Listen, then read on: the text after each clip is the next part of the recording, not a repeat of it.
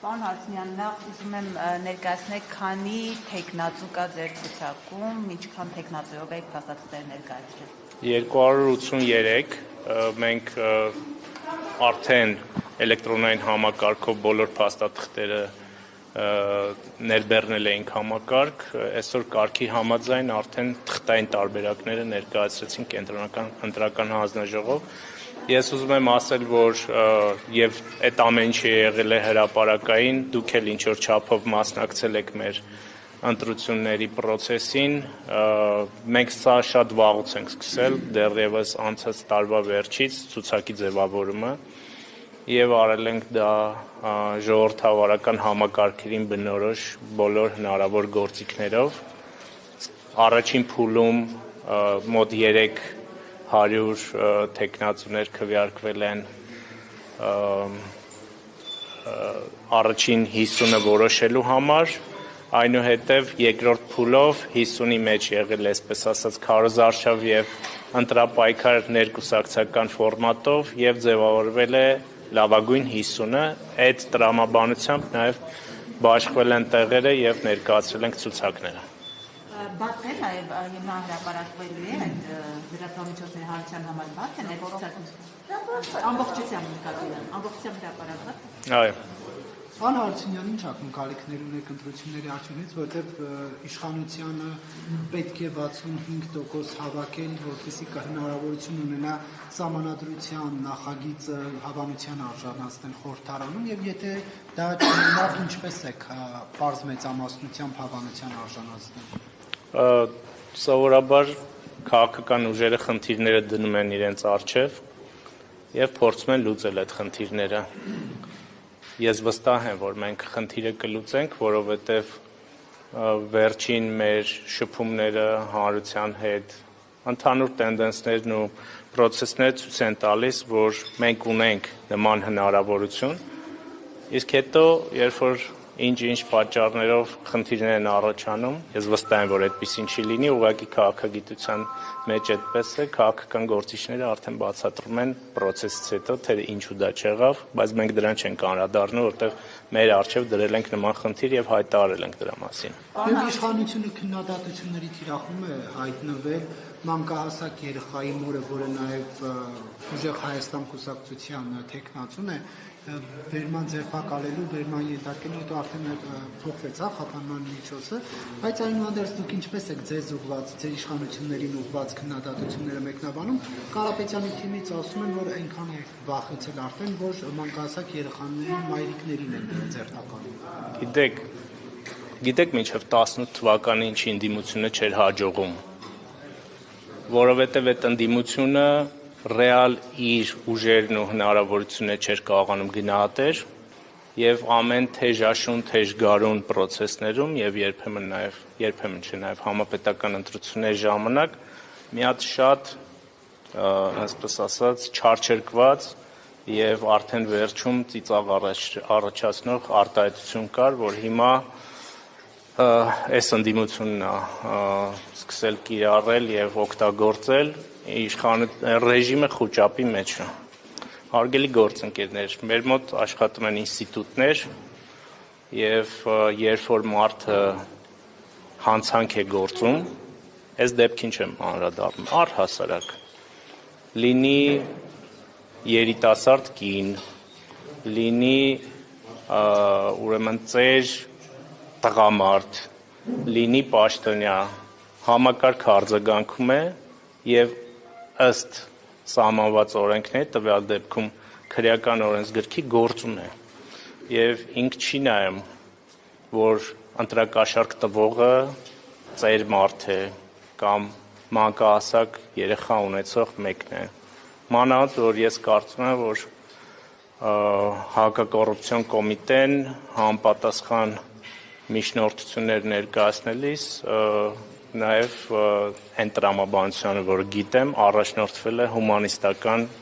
նկատառումներով։ Տեսեք, երեք նշում էին, որ ՔՊ-ի 24-րդ համարն էլ է ըստ էության զբաղվում։ Ով է 24-րդ համարը։ Հիմա կոնկրետ չի, բայց իրենք նշում են, որ 24-րդ համարը զբաղվում է։ Սիրելի լրագրող, նախապատրաստվեք հարց տալու, նոր տվեք։ Խնդրում եմ ասեք 24 համարը ով է։ Լուսինե ազգանունը չեմ հիշի այս պահին։ Մենք չունենք 24 համար Լուսինե։ Այդ դեպքում ինչպես էին նշում։ Ինչպես էին նշում, երբ որ այդպիսի լուրը իմանում եք, մի հատ փորփրեք, մի հատ տեսեք ով է դա, համոզվեք, որ այդտեղ կասկածելի բան կա, արդյոք դա իրականություն է, նոր ասեք, ձեր 24 համարը ինչ որ Լուսինը։ Պարոն Հարությունյան, ասում են այսօր Նիկոլ Փաշինյանը հայտարարեց, որ ընդդիմադիր ուժերը Գագիկ Ծառուկյանի գլխավորած ուժը Հայաստանը եւ ուժեղ Հայաստանը չեն հաղթահարելու անձնաշեմը, նաեւ հայտարարել էր, որ 65% ձայներին իրենք ունենալու, օրինակ այդ եզրահանգմանը եկել է 24 համարը Ղազյան Սոնան է, չէ՞։ Ղազյան Սոնա, իմացեք, մեր 24 համարը եւ ինչ որ Լուսինե չի։ Այդ եզրահանգմանը ձեր Մի հատ նորից խնդրում եմ հարցը։ Նիկոլ Փաշինյանը այսօր հայտարարեց, որ ընդդիմադիր ուժերը անունները նշեց չեն հաղթահարելու անցողիկ շեմը։ Միջև այդ էլ հայտարարել էր, որ դուք 65% արդեն ձայներ ունեք։ Օրինակ դուք այդ եզրահանգմանը եկել եք ձեր ներկուսակցական քարոզարշավի ժամանակ։ Նաեւ, բայց նաեւ այսպես գիտեք, եթե հիմա լիներ 17 թիվը եւ դուք տեսած լինեիք բազմաթիվ կեղծված ընտրություններ, կարող եք նման հարց տալ, բայց երբ որ անցել է 8 տարի եւ դուք գետ 1 կեղծված ընտրություն չեք տեսել, կարծում եմ այդպիսի հարցեր պետք չի տալ, ինչը մրցակցային չի։ Մրցակցային միջավայր չեք ապահովել, դուք օրգանագրավորում սկսել եք քարոզարշավը, բայց օրինակ ուժերից մեկին պահում եք կալանքի տակ ղեկավարին, որը կարող Հարգելի լրագրող, որ օրենքն ենք խախտել այն process-ում, որ հիմա տեղի ունենում։ Ընտրական օրենսգիրքը ասում է եւ սահմանում է կանոններ ընտրություններից 1 ամիս առաջ սկսվող process-ին, այսինքն պաշտոնական ընտրարշավին։ Ընտրության հաջորդ օրվանից սկսած յուրաքանչյուր կուսակցություն եւ քաղաքական գործիչ կարող է ընտրարշավի տրամաբանության մեջ իրականացնել գործունեություն, այսինքն հաջորդ ընտրությունների հաջորդ օրը, ասենք հունիսի 7-ից հետո, հունիսի 8-ից կարող է ընտրարշավ անել հաջորդ ընտրությունների համար։ Օրենքը սահմանում է միայն հավասար պայմաններ բուն քարոզչության համար, որովհետեւ մեծ ուժերը ունենան նույնքան ռեսուրսներ կամ նույնքան ռեսուրսի սահմանափակ ռեսուրսի հնարավորություն, ոնց որ մեծերը։ Եվ ես մի բան էլ կավելացնեմ, ես կարծում եմ, որ դուք առնվազն ազնիվ չեք են պնդման մեջ, որ քաղաքական դաշտում այսօր կա եւս մի քաղաքական ուժ, իհարկե խալաստոյ փամփուշտներով կրակող, որը քաղաքացիական պայմանագրից շատ ավելի շատ գործիքներ է կիրառում քաղաքական, նաեւ ռեսուրսներ, նաեւ մարդկային, նաեւ ֆինանսական, բայց դուք դրա մասին չեք խոսում եւ ասում եք ուժեղ Հայաստանին, այն կայքին, որին ֆինանսավորում է։ Բայց դուք հաստատ ունեք, պարոն Հարությունյան։ Ինչպես։ Հասարակության ներկայացուցիչներն անձնվում են, որ բավականին մեծ կանխիկ գումար են փոխում երկիր սորերին, հատկապես Ռուսաստանից, ինչ-որ մտահոգություններ ունեք սրա կապված, թե ոչ նկատի ունենալով նաև երեկվա բացահայտումները։ Ցանկացած շրջանառություն կանխիկի, որը չի հայտարարագրվում, ցանկացած պետության համար մտահոգիչ է, որովհետև իր մեջ պարունակում է այսպես խորշեր, որը պետք է բացահայտվեն։ Եվ ես կարծում եմ, որ մեր իրավապահները եւ նաեւ սահմանապահները, որովհետեւ վերջին շրջանում երեք ռեպորտաժի լուրերի քանի դեպք է բացահայտվել վերջին շաբաթներին, բավականին արդյունավետ այդ ուղղությամբ աշխատում են սահմանափակելու այսպես սև փողերի մուտքը Հայաստանի տնտեսություն եւ Հայաստանի քաղաքական դաշտ։ Պարոն Հարությունյան, փաստեր ունեք, որ մեզ Չամբելալից Ես ձեր կայքի անունը չեմ տվել։ Դուք նայեցիք նշում եք, որ 2010 Միկրոֆոնին նայեցի։ չեն կեղծվում, ընդդիմադիրներն էլ օրինակ հակառակ պնդումներն են անում, ասում են հիմիկվանից այսպես պնդում են, որ եթե այս տեմպերով գնա, ընտրությունները ազատ անկախ չեն անցնի, կոչ են անում Որ տեմպերով։ Նկատի ունեն ձեր այցերը քաղաքացիական պայմանագրի, վարչապետի շփումները, այդ ինչ նպատակով են այդ հայտարարությունները արվում։ Նախ էլի մինչև 18-ը, եթե ընդդիմությունը որևէ կամ լրագրողները որևէ բան տեսել էին ընտրություններում, այդ ընտրությունները որևէ կերպ չեն բողոքարկվել, երբեք չեն բողոքարկվել, կամ մի անգամ են բողոքարկվել, բայց արդյունք չի եղել։ Ինչ վերաբերում է այդ պնդումներին, չեմ կարող ասել, էլի այն հին մինչև 18 թվականին, նաև մեզի նկատի ունի, որտեղ մենք էլ ենք երբեմն այդպես վարվել, այսպես հայտարարություններ էինք անում, որպեսզի հետո ի նկատի ունեմ հավաքական ընդդիմությունը, որպեսզի հետո լեգիտիմացնենք մեր ձախողումները։ Հիմա իրանք այդ ճանապարհով են գնում եւ քանի դեռ ընդդիմությունը մինչեւ 18 թվական այդ գործելավոճին վերջ չտվեց, որևէ հաջողություն չունեցավ։ Իդեմս այս դեպքում քաղաքացիական պայմանագրի։ Պարոն Հարությունյան, ձեզ հիմնական մրցակից ում եք տեսնում, որ ուժին։ Ում դեմ եք պայքարում այս պահին դուք։ Մենք անկեղծ պետք է ասեմ, մենք հավասար հարգանքով, եթե կա հարգանք հակառակ կողմից, վերաբերում ենք քաղաքական բոլոր ուժերին եւ հավասարապես բոլորին ուշադրություն դարձնում ենք եւ ըստ անհրաժեշտության եւ ըստ քաղաքական process-ների մեկին շատ ենք անդրադառնում, մյուսին քիչ ենք անդրադառնում, բայց մենք բոլորին համարում ենք մրցակից, ովքեր կառաջադրվեն իհարկե։ Անուններ չեք նշում առաջատարը, ովքեր են ընդդիմությունից։ Բոլորին մենք համարում ենք մեզ մրցակից։ Պարոն Հարությունյան, երեք երբ հակակոռուպցիոն կոմիտեն հաղորդագրություն տարածեց, որ Գոհար Գումաշյանը խախտել է բարեգործության արգելք, օրինակ մարդկանց արձագանքն էլ այն էր, որ դուք էլ ընտրություններից մի քանի ամիս առաջ թոշակներ եք բարձրացրել։ Դե մենք դրան անդրադարձել ենք, կարծում եմ, այսպես անիմաստ է եւս մեկ անգամ դրան անդրադառնալ։ Պետությունը իր ուրեմն լիազորությունների շրջանակում գործում է եւ մի տարի առաջ էլ բարձրացնենք, պետք է ասեին ընտրություններին ընդառաջ չեք անում, 2 տարի առաջ էլ կարող էին ասել։ Բայց չեք բացատրել 2 տարի առաջ թողեցիք ընտրությունները ժամանակ։ Չէ, մեկ ամիս առաջ էլ ասում եք 10,000 դրամ ինչ պիտի անեին։ Դուք մեր պաստառները շատ են, էլի, մեր պաստառները չեք տեսել տարբերությունները, ինչքանից ինչքան է դարձել։ Ընտրություններից 2 ամիս առաջ 10,000 դրամով է կտրուկ բարձրացում է դա։ Ինչն է կտրուկ բարձրացում։ Քիչ բարձրացում 10,000-ը։ Եթե Փաշինյանն ասում էր 1000 դրամն անգամ մեծ բեռ է բյուջեի համար, հիմա 10,000 Հարգելիներս, մենք նաև նախորդ կառավարության ուրեմն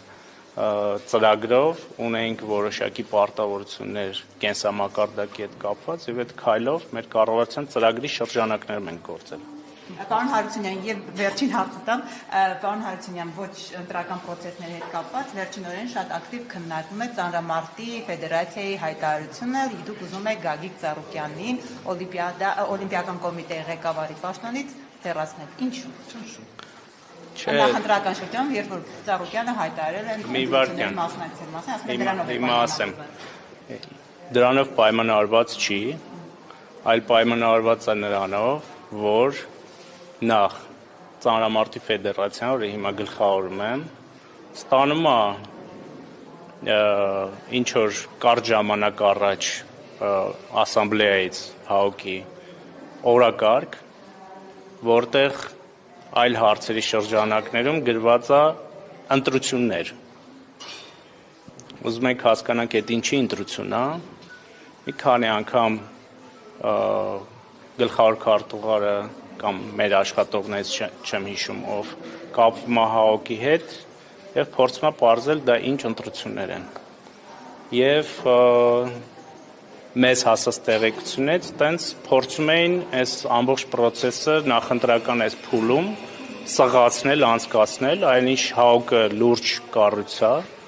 եւ անհրաժեշտ է որպեսզի այդ գործընթացները անցնեն պատշաճ մակարդակով եւ այդ հայցն է ներկայացվել նախ այդ ասամբլեայի ընտրությունները հայցի ապահովում ապահովել եւ արժանանակ հետաձգել մինչև որոշում կլինի եւ երկրորդը մենք մեր հայցի մեջ նաեւ երբ որ ուսումնասիրեցինք ավելի լուրջ գործընթացները վերջին ամիսներին նաեւ ներկայացրել ենք այն խնդիրները, որոնք կան ՀԱՕԿ-ում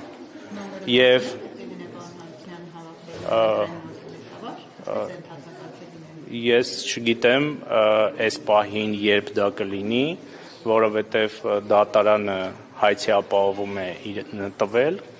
եւ ըստ այդ դրա էլ նաեւ երբ որ կլինի վճիռ այս կամ այն կողմ, նոր ըստ դրա կարելի է ամենայն դեպս օրենքն է այդպես ասում եւ ըստ դրա կշարժվենք, բայց բերել այս թեժ փուլում նաեւ այտենց փորձել խնդիրներ լուծել։ Ասում եք, եթե ընտրություններին չմասնակցեք, ես ձեզ ասեմ հարգելի գործընկերներ, եւ ձեզ շատ ուղիղ եմ ուզում ասել, սրա մասին սպորտային աշխարհը չի խոսում, բայց ես հիմա կասեմ։ Շուտով լրանում է Գագիկ Ծառուկյանի 70-ամյակը։ Եվ Գագիկ Ծառուկյանը իրավունք չունի այլևս 70-ը լրանալուց հետո հավակնելու ՀԱՕԿ նախագահի պաշտոնին։ Եվ հիմա իրենք փորձում են այսպիսի ուրեմն հնարքներով, շնորհակալություն, հնարքներով ընտրական եւ քաղաքական այս թեժ փուլում անցկացնել այդ ընտրությունները, Գագիկ Ծառուկյանին հերթական անգամ կարգել ՀԱՕԿ նախագահ, որպեսզի նա եւս այդպես 4 թե 5 տարի 4 տարի եւս ուրեմն ղեկավարի ՀԱՕԿ-ը 65-75 տարիք եք ասել Նիկոլ Փաշինյանը, թողեք աշխատել, թոշակառուներին ձեր կառավարությունն է խրախուսում աշխատել։ Ձեր հեգնանքը տեղին կլիներ, եթե ես էլ հիմա պատասխանում եմ ձեր հարցին, ձեր հեգնանքը տեղին կլիներ, եթե ՀԱՕԿ կանոնադրությունը այլ բան ասեր։ ՀԱՕԿ կանոնադրությունը շատ հստակ է։ Պարոն Հարությունյան, ընտրական օրենսգրքում փոփոխություններ եւ լրացումներ կատարվեցին, ես ուզում եմ հասկանալ հնարավոր է գա մի փուլ, մի էտապ, որ նշեք, որ Սամվել անունով մարդ չի կարող ընտրությունների մասնակցել, որովհետև այդ մասին նաև ՔՊ պատգամավորներից բարձրացրել էին այս հարցը։ Հնարավոր է նման դեպք արձանագրվի։ Ես ձեր բարի ժպիտին ուղղակի կժպտամ նույն կերպ։ Շնորհակալություն։ Հնարավոր է, բայց սա չպատասխանեցիք։ Ես պատասխանեցի ձեզ։